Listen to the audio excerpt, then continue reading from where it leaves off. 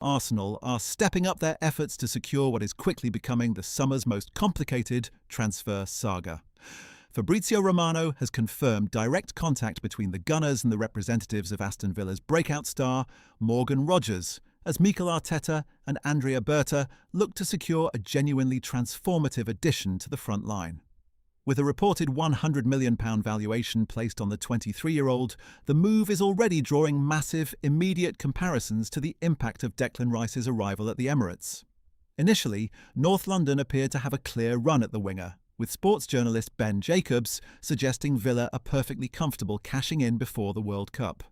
Rogers himself is said to be calm about his future, fully aware that a move to join Arteta's project is firmly on the table. But just as Arsenal look ready to formalise their interest, an unusual, forgotten Manchester City clause has suddenly put the entire deal at risk. Do you think Rogers is truly worth breaking the bank for? Or are we setting ourselves up for an absolute rollercoaster?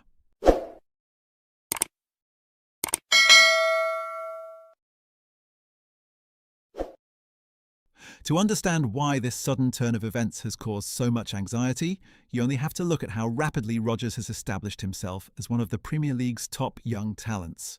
After leaving City's academy for just £1 million to Middlesbrough, he exploded in the Championship before Aston Villa snapped him up for £8 million, eventually driving them into the Champions League and earning a spot in Thomas Tuchel's England squad. His 36 goal contributions over the last 2 seasons have made him a priority target for Arteta, which is exactly why Manchester City's sudden intervention feels so frustrating. The complication lies in a highly unusual contractual detail exposed by Ben Jacobs, who revealed that Manchester City are considering triggering a surprise buyback option. Typically, these clauses only apply to direct transfers, meaning City's right to repurchase Rogers should have ended when he moved to Middlesbrough. However, Etihad officials ensured this clause survived future moves, meaning Aston Villa were legally forced to inherit this obligation when they signed him from Boro. It is a rare, highly controversial contractual setup that effectively gives City the power to decide whether Arsenal's top transfer target can even move to North London.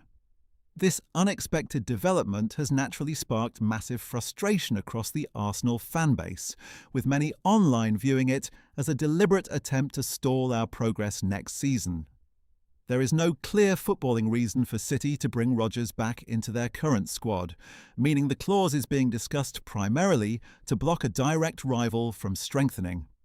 We are now heading toward a tense boardroom standoff, because if City do trigger the clause, they must either match the massive £100 million market valuation or step aside. If Villa holds firm on their price tag, it forces City to either pay a premium just to sabotage the move or allow Arsenal to complete the deal. How do you see this playing out? Will City's tactical contract play actually ruin Arteta's summer plans? This entire standoff has rapidly turned a straightforward scouting mission into a high-stakes test of nerve for the club's leadership.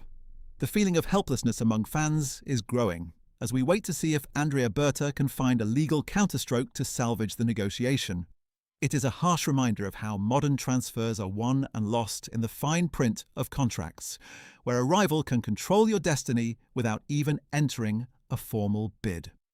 The coming days will dictate whether Morgan Rogers becomes our next marquee signing, or a frustrating example of a deal snatched away by a bitter rival. What is your honest take on this situation? Should Arsenal fight to the bitter end for Rogers, or is it time for Berta to walk away and look elsewhere?